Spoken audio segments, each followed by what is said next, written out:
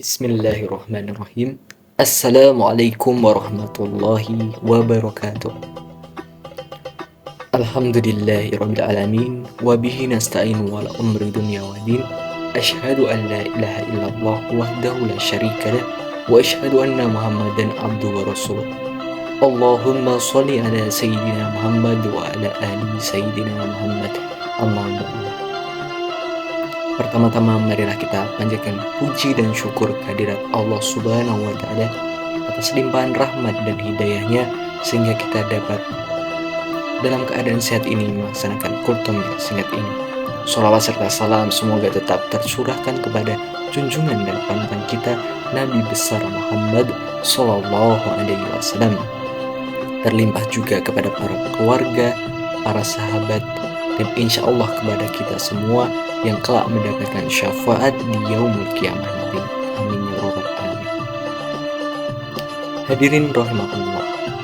Dalam kultum kita ini, mari kita berbicara tentang dua hal yang sangat penting dalam kehidupan sehari-hari, yaitu ikhlas dan sabar. Jadi judul kultum pada kali ini yaitu bagaimana kita mencintai keikhlasan dan kesabaran.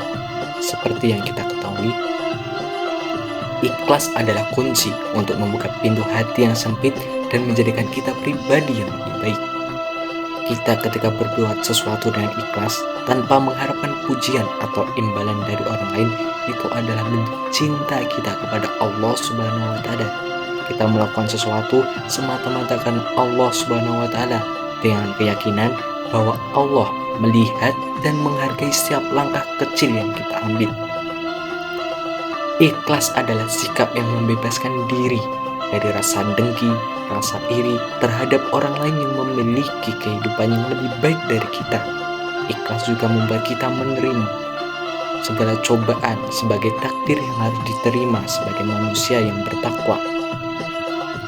Dengan ikhlas berarti kita akan larut dalam rasa putus asa. Dengan ikhlas kita tidak akan terlarut dalam putus asa, tidak akan frustasi akibat cobaan yang kita hadapi. Menghadapi cobaan dalam hidup yang sulit perlunya sabar dan ikhlas, dan itu sangat penting untuk dimiliki. Namun tak jarang, keikhlasan menjadikan sesuatu yang sangat sulit dicapai. Seringkali godaan ego dan nafsu menghalang kita untuk berbuat baik dengan ikhlas. Inilah mengapa perlunya kita diimbangi dengan rasa yang sabar. Dalam firman Allah Subhanahu wa taala, A'udzu billahi minasyaitonir rajim. Bismillahirrahmanirrahim. Ya ayyuhalladzina amanu ista'inu bis-sabri was-shalah.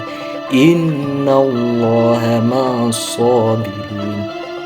Yang artinya, hai orang-orang yang beriman, jadikanlah sabar dan sholat penolong.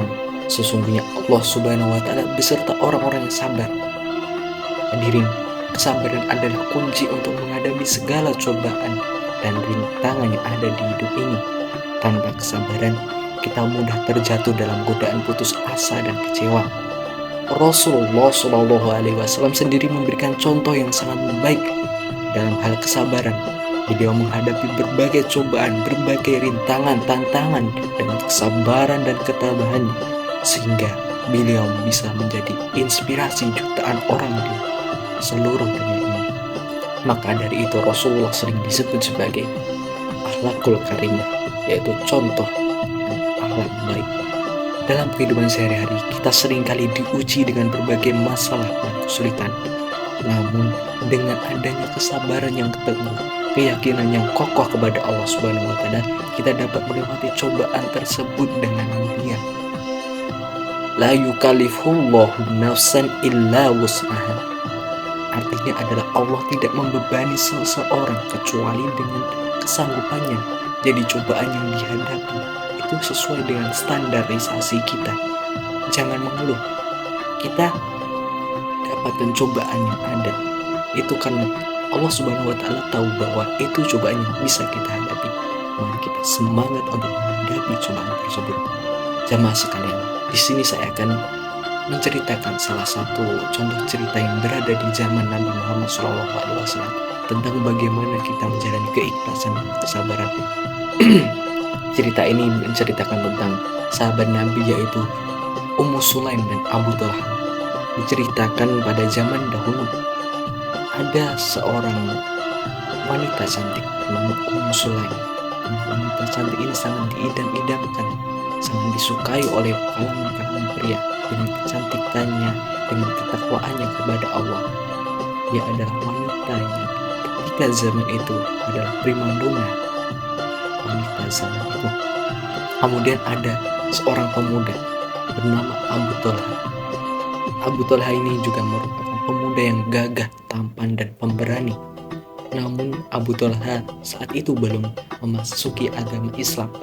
Nah, dalam suatu cerita, Abu Talha ini menyukai yaitu si Ummu Sulaim. Akhirnya Abu Talha memberanikan diri mengungkapkan perasaannya kepada si Ummu Sulaim. Ummu Sulaim pun menjawab kepada Abu Talha, "Wahai Abu Talha, jika engkau mencintaiku, maka engkau datanglah kepada Rasulullah dan masuklah Islam."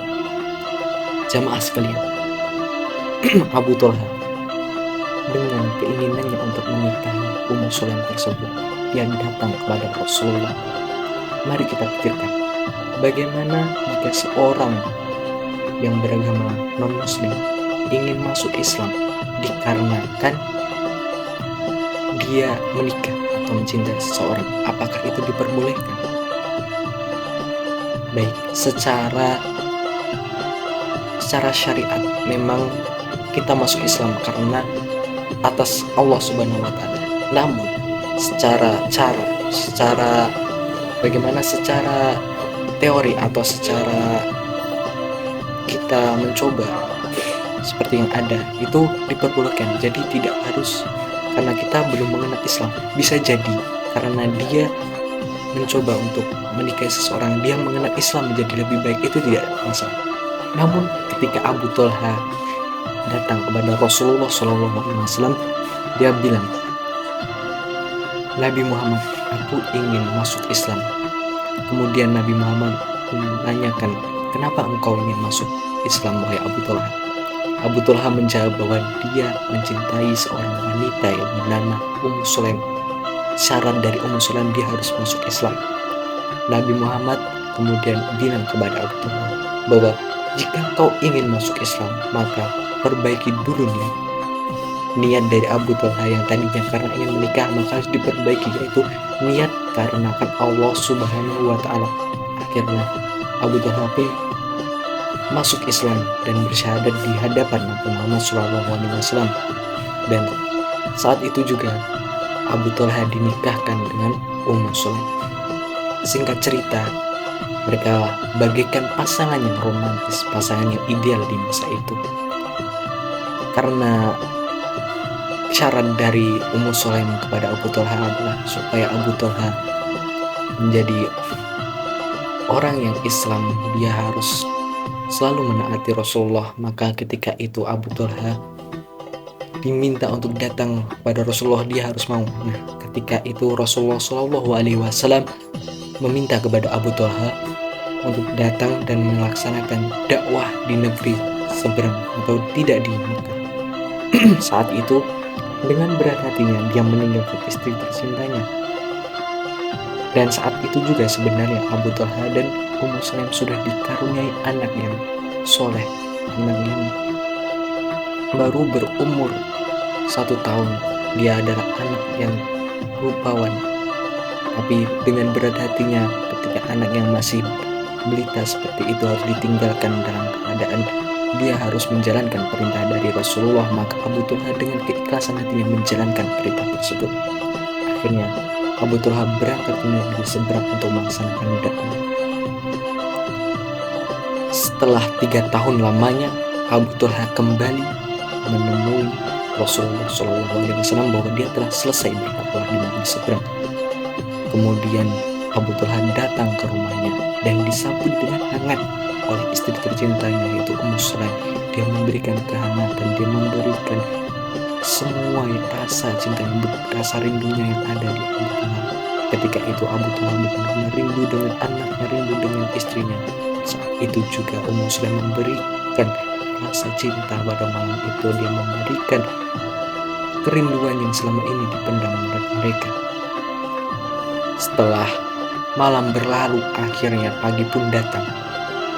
Dan ketika itu, satu hal yang selalu dipikiran Abu Thalha itu adalah anaknya.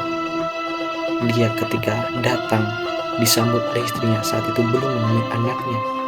Kemudian Abu Thalha bertanya kepada istri, "Di manakah anakku?"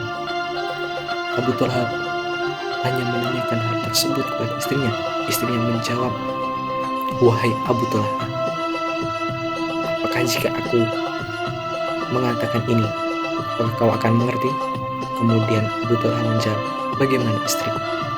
Abu Thalha dikasih tahu oleh istrinya. Istrinya berkata, "Bagaimana jika kau mendapatkan suatu titipan dan titipan itu diambil oleh yang mempunyainya?"